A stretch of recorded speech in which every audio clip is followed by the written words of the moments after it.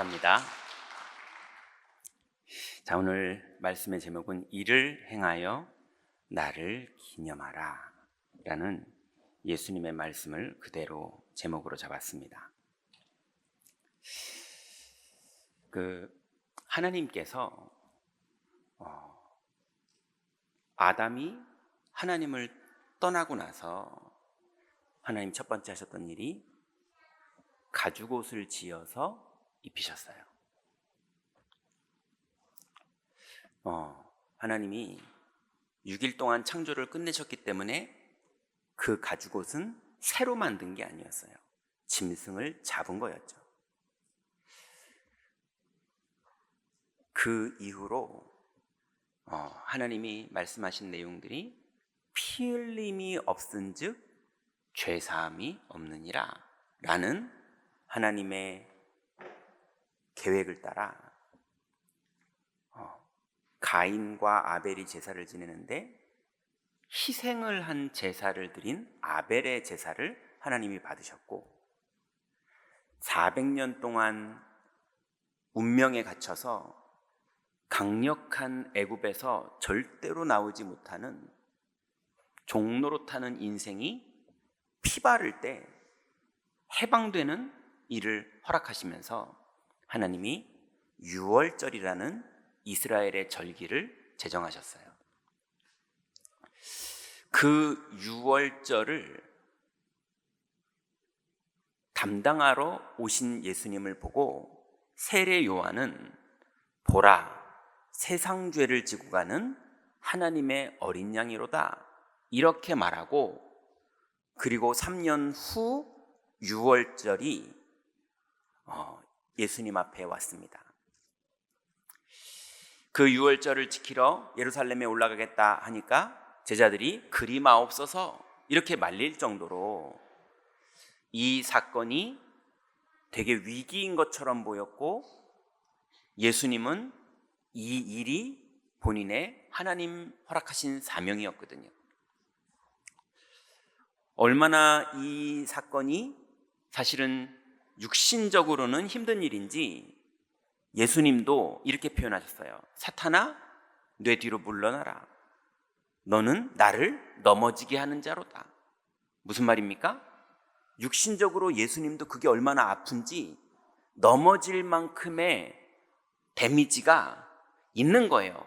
아무렇지도 않다 이게 아닌 거죠. 그리고 겟세마네에 올라가셔서 이 잔을 내게서 할 수만 있거든 피해달라고 기도하시면서 모세혈관이 다 터져가지고 땀방울이 핏방울이 될 만큼 예수님이 아픔으로 기도하셨어요. 그런 사건이 이제 유월절로 왔습니다. 여러분, 한 가지 아셔야 되는 건 유월절이라는 이 절기는 유대절기입니다. 유대절기는 우리나라에 이렇게 신정이 있고 구정이 있는 것처럼 우리 신정을 잘 안 지키고 구정을 지키잖아요. 그때 인사하고 어른들께 세뱃돈 받고 이러잖아요. 그것처럼 이스라엘도 유대력이라는 게 있습니다. 근데 이 유대력을 기준으로 보면 하루의 시작이 언제냐 하면 저녁이에요. 저가 신학 공부할 때 저를 지도해 주셨던 분이 우리나라에 그때는 2명밖에 없었는데 지금은 몇 명인지 모르겠는데요. 우리나라에 이제 랍비 수업을 다 통과해서 랍비로 인정받은 분이 우리나라에 제가 알기로는 그때는 2명이었거든요. 근데 그 중에 한 분이 이제 저희 교수님이셨어요. 근데 그분이 그렇게 사시더라고요. 저녁에 하루를 시작해요. 똑같이 다 살고 있는데 저녁이 하루의 시작이에요. 그래서 낮에 잠깐 자는, 낮잠 자는 것처럼 이분은 하루를 시작하고 자요. 그러면서 하루를 살더라고요. 근데 그게 유대인의 방법이었어요. 유대인은 지금도 행정적으로는 밤 12시가 하루의 시작인 걸로 시작하지만 유대인들의 관습과 문화는 지금도 저녁 6시에 하루를 시작하는 것을 살고 있습니다. 그러니 유월절이 언제 시작되냐면 오늘 우리가 조금 이따 진행할 성찬식으로부터 유월절이 시작됩니다. 밤에 예수님이 제자들과 식사를 시작하시는데 그게 유월절을 준비했다라고 성경에 나와 있거든요. 자, 그 시작이 이제 우리 현대에 이번 주로 치자면 이제 목요일 날 저녁이 유월절이 시작되는 거예요. 그래서 예수님이 예루살렘에 올라오셨고 호산나 하면서 입성하셨고 그리고 유월절을 진행하라고 제자들에게 지시하셨고 그래서 저녁에 제자들과 함께 유월절을 맞는 시작을 하십니다. 그래서 예수님이 그 시작을 성만찬으로 목요일 저녁에 시작하시고요. 그러면 한 3시간 정도 하셨을지 4시간 정도 하셨을지 모르겠지만 예수님이 마치시고 밤에 제자들을 데리고 식사를 마치시고 기도하러 겟세마네로 올라가세요. 그게 동산이거든요. 가보면 낮은 산입니다. 예수님이 밤에 거기서 기도하시고 제자들은 졸고 다시 와서 시험에 들지 않게 깨어있으라고 말씀하시면서 다시 가서 기도하실 때 땀방울이 핏방울이 되는 그런 기도를 하시고 그러고 있는데 가룟 유다와 또 군인들이 예수님을 잡으러 옵니다. 가룟 유다는 신호를 보냈고 예수님은 잡혔고 베드로는 말고의 귀를 잘랐고 예수님은 그 귀를 다시 붙여줬고 그러면서 예수님이 안나스에게 끌려가십니다. 그게 목요일 밤의 사건이에요. 그 안나스가 예수님을 재판하고 희롱한 다음에 법적으로 대제사장 사위가 되는 가야바에게 예수님을 넘겨요. 그 시간이 얼마나 됐는지는 모르겠지만 분명히 밤새 진행이 됐어요. 밤새 면류관을 쓰시고 채찍을 맞으시고 침뱉음을 당하시고 옷벗김을 당하시고 또 홍포를 입히고 이러면서 예수님을 희롱했다고 성경에 나와요.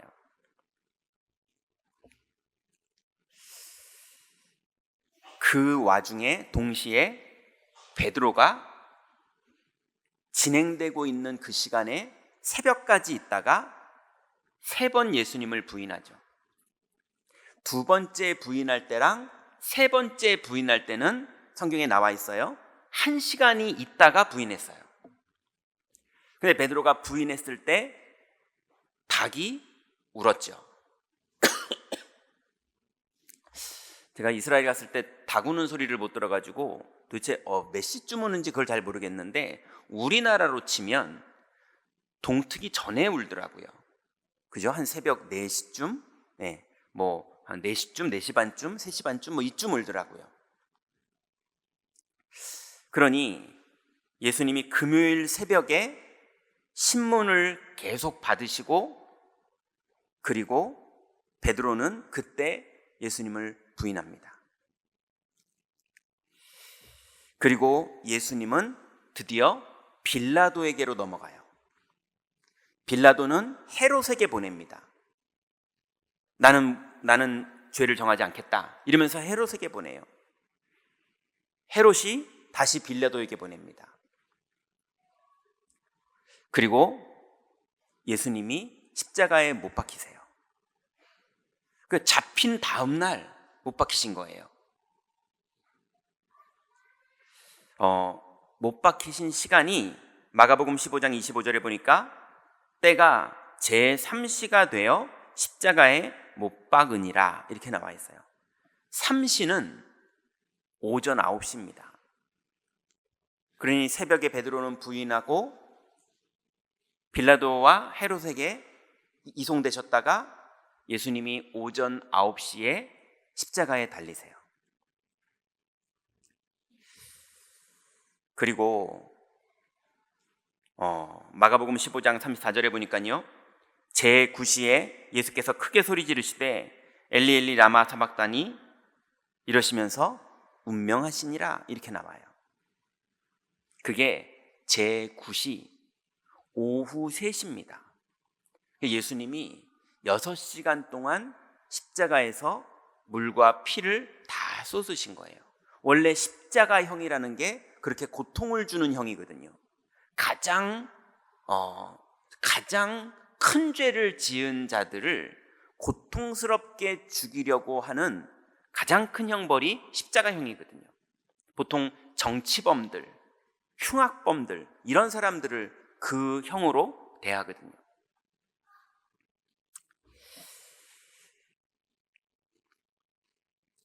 그게 오후 3시였어요. 그리고 금요일 저녁에 아리마대 요셉이 예수님의 시체를 달라고 찾아옵니다. 아무도 시체가 내려지는 거에 대해서 감히 요구할 수 없었어요. 왜냐하면 너무 무서웠거든요. 베드로가 3번 부인할 정도로, 그리고 더 공포는 그 예수님이 십자가에 운명까지 하시는 걸 제자들이 보니 얼마나 그 권력에 대해서 두렵고 공포스럽겠습니까? 그런데 아리마대 요셉이 가서 예수님의 시체를 달라고 요청을 합니다. 그리고 본인이 가지고 있던, 본인을 장사 지내려고 했던 무덤에 예수님을 고이 안치를 시킵니다. 그게 금요일 저녁의 사건이에요. 그리고 금요일 저녁부터 토요일 저녁까지 예수님의 시체는 군인들이 지키고 있었어요.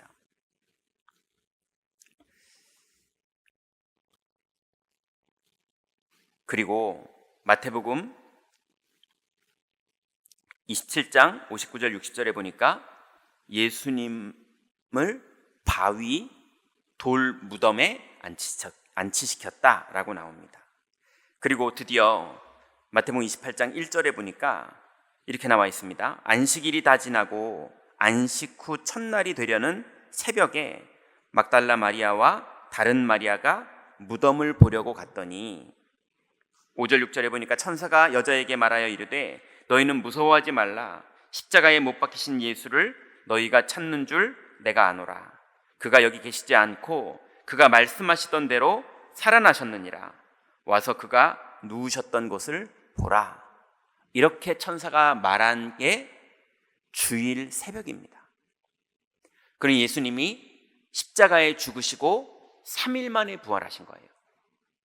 그리고 예수님이 성찬식을 하시고 그 성찬식을 한 6월절 저녁 시간, 그리고 그 새벽에 그 다음날 아침에 예수님이 9시에 십자가에 달리신 거예요.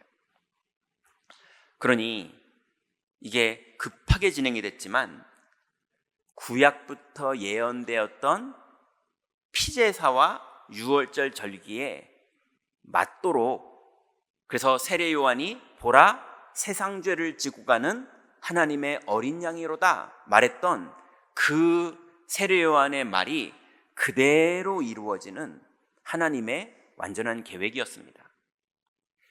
너무 고맙고 너무 미안하고 너무 감사한 그런 사건이지만 너무 아프고 너무 역사적으로 사실인 사건입니다.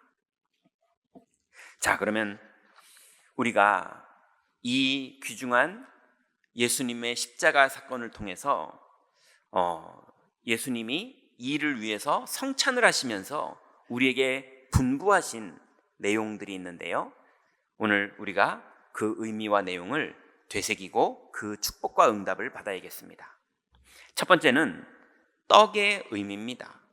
19절에 보니까 또 떡을 가져 감사기도 하시고 떼어 그들에게 주시며 이르시되 이것은 너희를 위하여 주는 내 몸이라.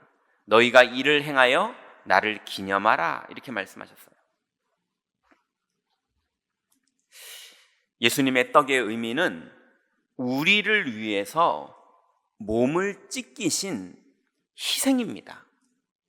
모세에게도 희생 제사를 드리러 나가라 이렇게 말씀하셨고요. 끊임없이 구약에 죄사함 받는 제사는 희생 제사들이었고요. 하나님이 처음부터 아담을 구원하시면서 시작하셨던 게 가죽옷을 만들어서 입히시는 거였어요. 그래서 예수님도 아프고 고통스럽고 심리적으로도 고통스럽고 육신적으로도 고통스럽지만 어린 양처럼 희생 제물로 실제로 죽으셨다는 겁니다.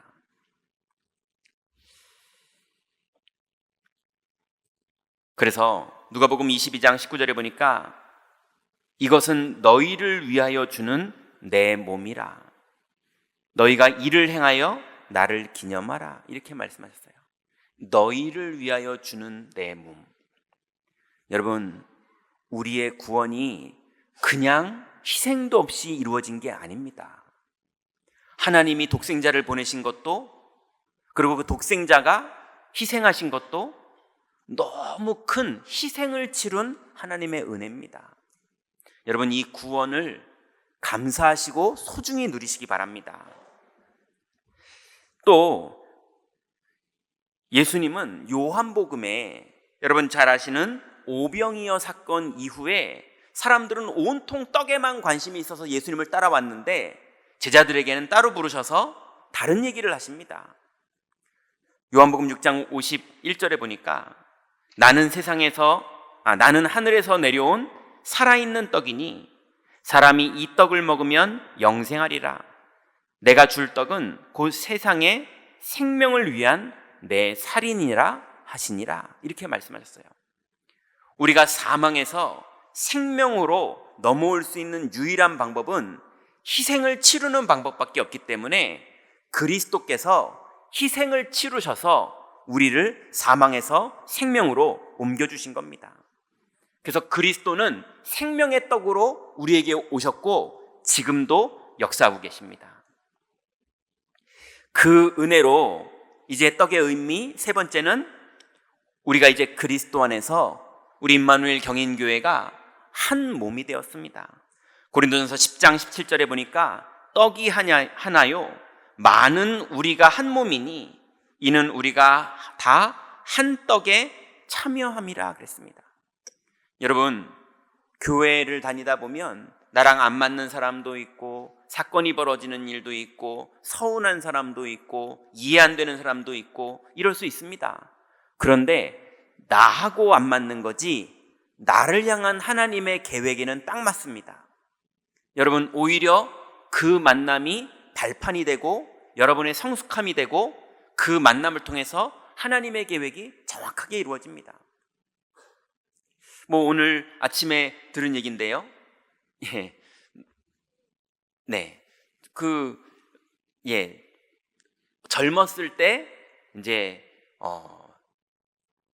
젊었을 때 만났던 두 분이 우리 임마누엘 경인교회에서 만난 분이 있으시더라고요. 얼마나 두 분이 반가우신지. 그리고 복음을 소통하는데 서로 칭찬하세요. 한 20년, 30년 만에 만나셨으니 이게 우리의 만남이 하나님의 철저한 계획 속에서 하나님이 우리를 축복하시고 인도하시는 만남입니다. 그러니 여러분, 성도를 그리스도의 사랑으로 사랑하시기 바랍니다. 자, 두 번째는 잔의 의미입니다. 20절에 보니까 저녁 먹은 후에 잔도 그와 같이 하여 이르시되 이 잔은 내 피로 세우는 새 언약이니 곧 너희를 위하여 붓는 것이라 그러셨어요. 이 잔의 의미는요, 죄 사함을 얻게 하는 희생의 피입니다. 마태복음 26장 28절에 보니까 이것은 죄 사함을 얻게 하려고 많은 사람을 위하여 흘리는 바 나의 피 곧 언약의 피니라 그랬어요. 여러분, 그리스도께서 피 흘리신 이 희생은 가치 없게 그냥 희생만 해준 그런 고마움을 표하자는 게 아니라 완전히 죄에서 우리를 해방했습니다. 그래서 2000년 전에 그리스도께서 십자가에서 피 흘리시면서 우리의 죄를 실제로 끝내셨어요.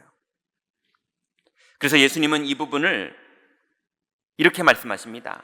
새 언약의 시작이다, 이렇게 말씀하셨어요.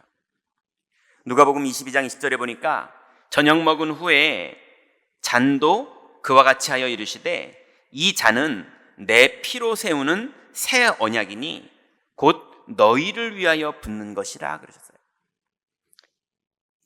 내 피로 세우는 새 언약이라는 거예요. 이 부분을 자세히 하나님이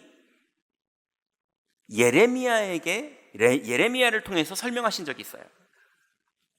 예레미야 31장 31절부터 33절에 보면 여호와의 말씀이니라. 보라, 날이 이르리니 내가 이스라엘 집과 유다 집에 새 언약을 맺으리라. 이 언약은 내가 그들의 조상들의 손을 잡고 애굽 땅에서 인도하여 내던 날에 맺은 것과 같지 아니할 것은 내가 그들의 남편이 되었어도 그들이 내 언약을 깨트렸음이라. 여호와의 말씀이니라.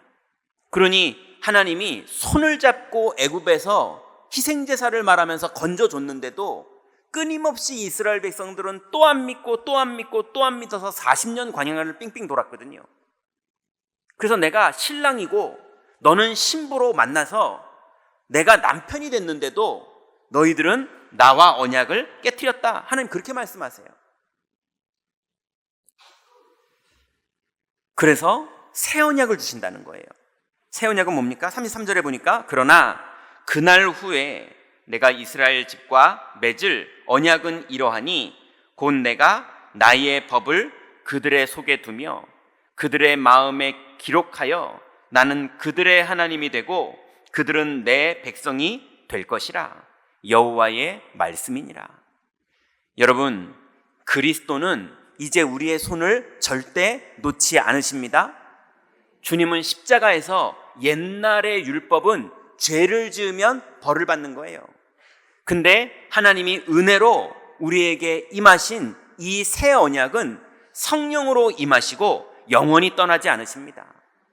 끊임없이 우리를 사랑하시고 끊임없이 우리를 인도하시고 끊임없이 우리를 갱신시키셔서 우리를 완전히 하나님의 계획까지 인도하십니다. 그럼 여러분, 믿음으로 하나님의 사랑을 받으시고 그 길을 따라가시기 바랍니다. 그래서 예수님의 십자가와 잔의 의미는 새 언약의 시작이었어요. 그래서 이 새 언약과 이 잔은 은혜로 된 축복의 잔입니다. 고린도전서 10장 16절에 보니까 우리가 축복하는 바 축복의 잔은 그리스도의 피에 참여함이 아니며 우리가 떼는 떡은 그리스도의 몸에 참여함이 아니냐. 바울이 이렇게 말했어요. 우리의 축복의 잔이 뭡니까? 그리스도의 피에 참여하는 거예요. 여러분, 이 땅에 천국 가서 보면 축복 중에 축복이 뭐냐? 42평 아파트를 산 그날이 축복이냐? 서울대에 합격한 그날이 축복이냐? 그날도 참 감사한 날이지만 우리 아이들이 태어난 날 참 감사한 날이고 우리가 결혼한 날 참 감사한 날이고 다 감사한 날이지만 정말 천국 가서 봤을 때 가장 감사한 날이 뭡니까? 그리스도의 피가 믿어진 날. 그 믿음이 지속되는 날마다 그게 가장 축복된 날입니다. 여러분, 하나님의 은혜로 이 축복의 잔이 우리에게 왔음을 감사하시면서 오늘 성찬에 참여하시고 성찬의 축복을 이제 밖에서 계속 현장에서 누리시기 바랍니다. 마지막으로 예수님이 19절에 떡의 의미, 잔의 의미를 말씀하신 후에 나를 기념하라 라고 명령하셨어요. 이제 나를 기념하라 그러신 후에 사람들이 예수님을 기념해 보려고 뭔가를 진행하는데요, 자꾸 이상한 길로 가요. 그게 화채설입니다. 화채설을 지금도 진행하는 교회가 있죠. 가톨릭은 지금도 화채설을 진행하고 있어요. 화채설은 뭐냐면요, 축사를 할 때, 좀 이따가 우리가 할 때 저도 축사를 하는데, 축사를 할 때 실제로 그 안에 성분이 예수님의 살로 바뀐다는 거예요. 실제로 그 포도주 안에 있는 그 성분이 예수님의 피로 바뀐다는 거예요. 그게 화채설입니다. 우리는 그거를 믿지는 않죠. 근데 예수님을 기념하라는 말을 받고 진행하는 방법 중에 화채설을 주장하고 그렇게 믿는 사람들이 있어요. 또 두 번째로 어떤 게 있냐면요, 공제설이라는 게 있습니다. 이것은 루터가 종교개혁을 한 후에 오랫동안 카톨릭에 있다가 루터가 종교개혁을 하면서 이제 중간쯤 되는 형태로 진행을 했어요. 그게 뭐냐면 모양과 그 내용이 실제로 바뀌는 건 아니다. 그렇지만 그 안에 예수님의 피와 예수님의 살이 그 내용이 바뀌진 않지만 실제로 존재한다. 이게 애매하죠. 근데 루터교는 그렇게 믿고 있어요. 그래서 실제로 분석해보면 이거 안 바뀐다, 안 바뀌었다. 그런데 그 내용은 바뀌었다, 이렇게 말해요.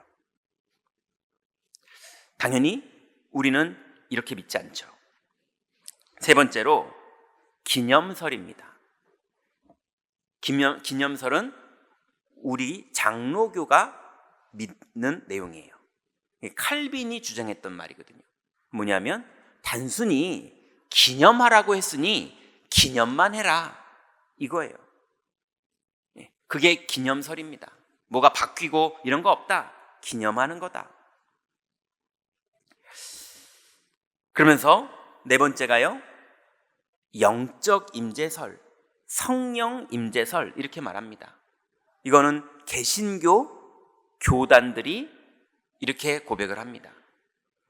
그래서 우리가 실제로 이렇게 행할 때, 성찬식을 행할 때 성령이 그 자리에 임하신다, 이게 성령 임재설입니다. 뭐가 맞겠습니까? 제 개인적인 신앙 고백은 기념설이나 성령 임재설이나 학자들이 학문을 자꾸 뭘 만들다 보니까 굳이 하나를 둘로 나눈 것 같아요. 기념을 하는 게 맞습니다. 근데 그렇게 신앙 고백할 때 성령이 임하는 게 당연하죠.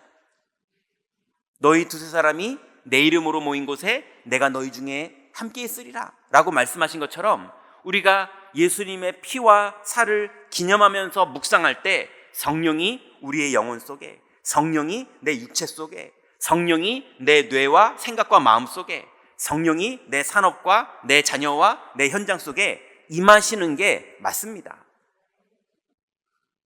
여러분, 오늘 조금 후에 성찬식을 할 텐데 우리가 축사를 하고 이제 피와 살을 나누는 그 시간에 피로 바뀌고 살로 바뀌는 게 전혀 아닙니다. 그렇지만 여러분이 2000년 전의 사건을 묵상하면서 기도할 때에, 예수님의 명령을 따라 기념할 때에 여러분의 현장과 여러분의 영혼 속에 성령이 충만히 임하시는 응답을 받으시기 바랍니다. 결론 맺겠습니다. 이제 첫 번째로 예수님의 십자가 사건은 역사적인 사실인 것을 여러분 이제는 인정하시기 바랍니다. 예수님의 십자가 사건은 역사적인 사실이에요. 2000년 전에 이스라엘에서 실제로 있었던 사실입니다. 그래서 두 번째로 예수님의 십자가 사건, 이 축복은 영적인 사실인 것을 여러분 마음에 인정하시기 바랍니다. 사실적으로 죄가 있습니다. 이 땅에 죄라는 게 있습니다. 사실적으로. 그리고 죄의 싹은 사망입니다. 죄와 저주가 실제로 이 땅에 있습니다. 그래서 죄와 사망의 법이라는 게 실제로 이 땅에 있어요. 그리고 사실적으로 이 땅에 그리스도가 오셨습니다. 그리고 사실적으로 그리스도가 십자가에서 피 흘려서 죽으셨습니다. 그날 그리스도께서 사실적으로 다 이루셨습니다. 여러분, 사실로 인식하시고 사실로 인정하시기 바랍니다. 그렇게 역사적인 사실로, 영적인 사실로 여러분이 인정을 한다면, 여러분 인정을 했다면 오늘부터 세 번째로 뭐 하셔야 되느냐? 여러분의 세계관을 바꾸시기 바랍니다. 너무나 많은 사람들이 사실로 인정을 하고 은혜를 다 받아놓고 경제 부분에는 인본주의 경제관을 가지고 있어요. 다 은혜를 받아놓고 교회 안에 있을 때는 그 은혜로 있으면서 갈등 생겼을 때는 온통 상처와 율법과 공격과 이루고 있어요. 여러분, 여러분의 세계관을 완전히 다 바꾸시기 바랍니다. 그래서 여러분, 어떤 갈등이 생겨도, 어떤 경제 현장에도, 어떤 위기가 와도, 어떤 가정에 말도 안 되는 일이 벌어져도 그 자리에서 그리스도가 다 이루신 것을 믿으시기 바랍니다. 완전히 믿을 때 여러분 현장의 많은 일들 가운데 여러분이 세계관이 바뀌어서 실제로 거기서 신앙을 고백할 때, 그때 하나님의 나라가 그 현장에 이루어집니다. 그래서 우리는 이 비밀을 주님이 오실 때까지 전하는 것이 우리의 사명입니다. 이제 우리 경인교회는 이 비밀을 오실 때까지 전할 거예요. 전하는 최고의 방법이 뭐냐? 이 믿음을 지키는 겁니다. 믿음을 지키고 있으면 전할 문을 주님이 여십니다. 전할 증거를 주님이 주십니다. 그 주님의 인도 따라 가시면 됩니다. 여러분, 그리스도께서 실제로 피 흘리신 이 축복을 여러분 실제로 누리셔서 하나님이 가장 기뻐하시는 그 응답 속으로 이번 주간부터 본격적으로 들어가시기 바랍니다. 기도하겠습니다. 하나님 감사합니다. 하나님께서 주신 이 귀중한 복음의 축복과 또 그리스도께서 십자가에서 이루신 이 귀중한 은혜를 온전히 믿음으로 누리기를 원합니다. 이번 주간부터 다 이루신 주님의 은혜를 누릴 수 있도록 우리 현장에서 주님 역사하여 주옵소서. 예수 그리스도의 이름으로 기도드렸습니다. 아멘.